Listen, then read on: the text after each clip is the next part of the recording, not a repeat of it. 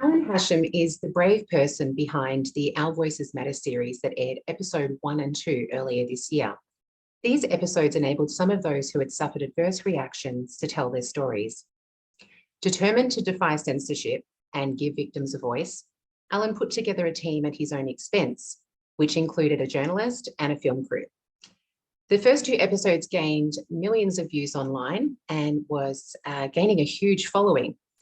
Just before the filming started for episode 3, Alan's godson, AJ, was reported missing. He was thankfully found alive. But after the trauma of the 3-day ordeal, it put an abrupt end to filming. Today, I'm speaking with Alan about his journey and about what's next for him.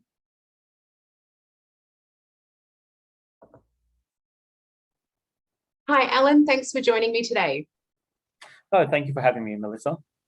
You're welcome. So what compelled you to start the Our Voices Matter series?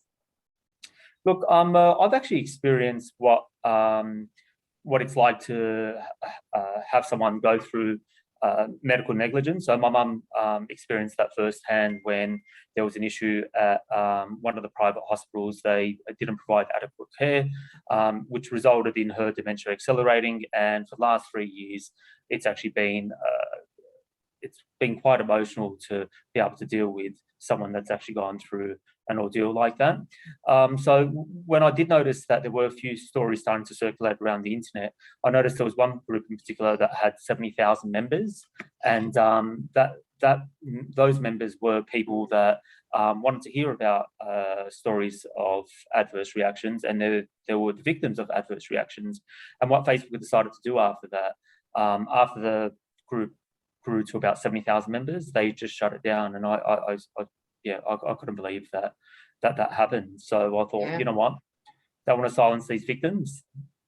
I'll give them a platform. I'll give them a voice, and that's how Our Voices Matter started. Wow. And did you have much support around you? Like, how did your family and your friends react to your controversial series? Probably about 5% of my friends were against it. And when I'm talking about friends and family, I'm talking about direct family and friends, and that's what gave me the strength to push forward and do the work. There were only probably a handful of people that were vocal about it. The rest were quite eager and actually quite proud that I was actually doing that work. That's fantastic. And, the first 2 episodes, they gained, millions of views online. You had exposure on, different, even American platforms, and it was going great. And then just before you started filming for episode 3, unfortunately, your godson went missing. What do you say to people that say that the circumstances around that were highly suspicious? Yeah, look, when we look at the work that we were doing, I don't think we were just, it was, how can I say this? The work that we were doing, it really opened up people's eyes, and it was done in so much detail. Probably, I don't remember seeing anything like it on the internet. So people would sometimes come out and say, oh, I suffered an adverse reaction, but we would actually go deep into the whole story, work out, okay, what were you like how were you before you took the jab, and why did you take it? And a lot of the times people were saying, oh, I took it because I was forced into it, or work made me do it, and so on. So without a doubt, the work that we were doing really shook people, and kind of put a big spotlight on us. The timing of the incident with AJ, look, there's no other way than saying it definitely felt suspicious. The police did conclude that he did wander, but timing is everything sometimes, and I'll just leave it up to the people to kind of decide and make up their own mind around that. Yeah, I guess the main thing for you is that he's safe, he's okay.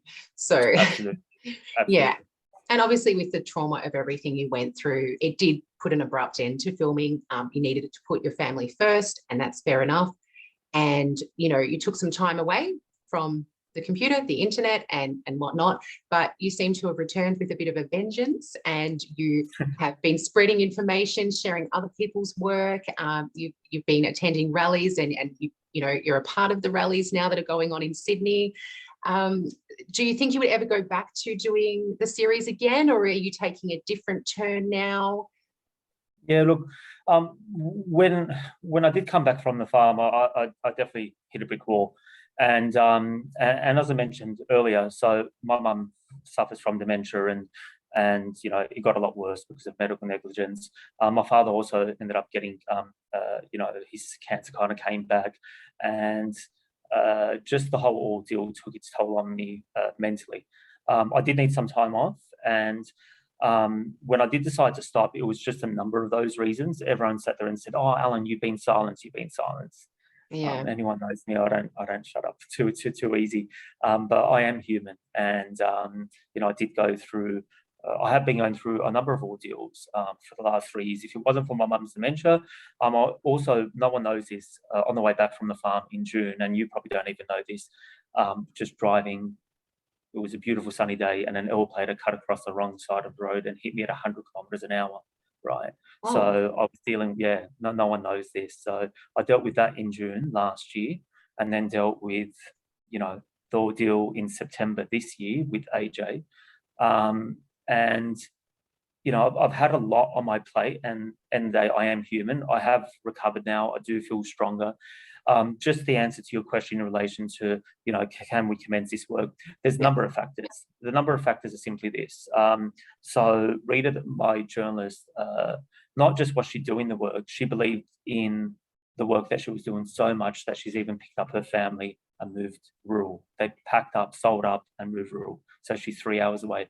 And look, as much as you know, I don't necessarily want to simply take credit for the work, because you know, I always believe in you're only as good as the people that you surround yourself with, and I had an incredible team. So Rita was the main producer of that series, and it was her spark and her touch which really, you know, just made the impact that was needed. So considering she's moving 3 hours away, I've still got my own personal commitments and personal health issues with my parents. You know, the work that I'm doing now is very limited, and I do need to focus more on work and family at the moment. But I am still here. I am still available, and I still do jump in where I need to. And yeah, that's it's not what people want to hear. But at the same time, remember this: when we were doing it, that was before mass vaccinations, and now we're sitting back, and people are literally just dropping dead live on TV, on basketball games, on soccer games, on football games. You know, like, aren't people, if that they don't necessarily need my work to let them know that something is not right. You know, healthy and fit athletes don't just drop dead. We're up to 75 in total worldwide at the moment, in the last 4 months. And if that doesn't raise alarm bells, then I don't know what will. I could probably do another 5 episodes. If they also didn't get the message on the first 2 episodes, I don't think they're going to get the message on the 3rd, 4th, or 5th. Well, I will say though, the 3rd episode was going to be, there was a lot of fireworks installed for that one. But yeah, look, I said I would stop, and I did stop. So yeah, but you're continuing your good work, and you're just doing that through other avenues. And you know, you've got this rally on Saturday at Hyde Park. Yeah, absolutely. So you know, I thought, you know, it's only across the road from me, and you know, I love getting out on the rallies. Although I haven't, like, last week was my first rally I've ever been to. I didn't ever go to the illegal protests. Not that, you know, no judgment to anyone.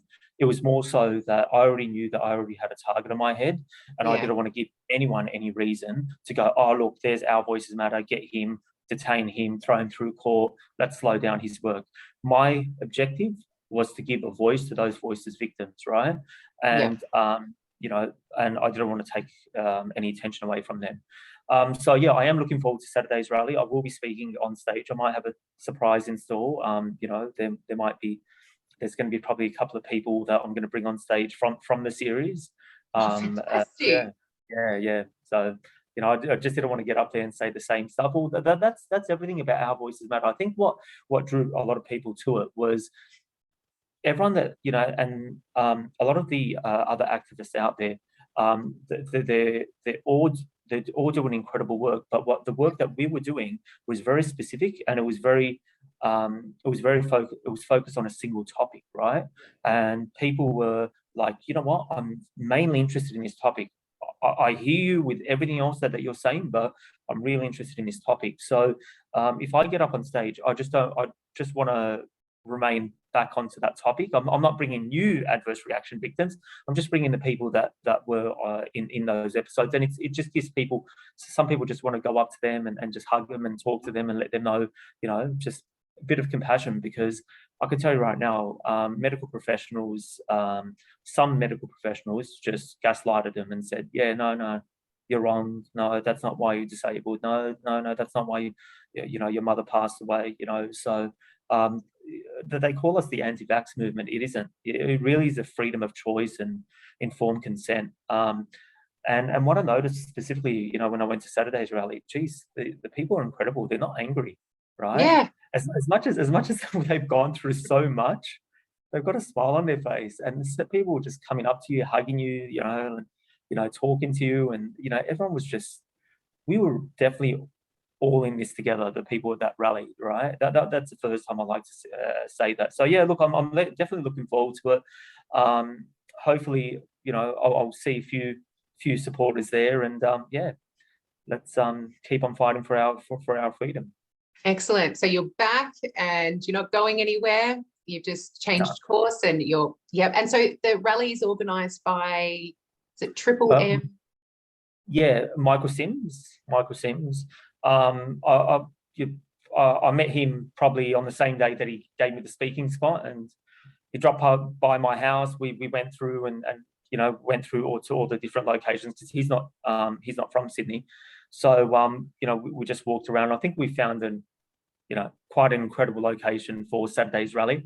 It's going to be well organised, and we're hoping to have an incredible turnout. So if you're available and you're free, drop by. Yeah, anybody in Sydney surrounding, get there. Yep. Sydney, Saturday at midday. Midday, Hyde Park. Hyde Park, beautiful. Well, Alan, thank you so much for joining me today, and thank you for chatting. No, thank you for having me on, Melissa. Thank you. You're welcome.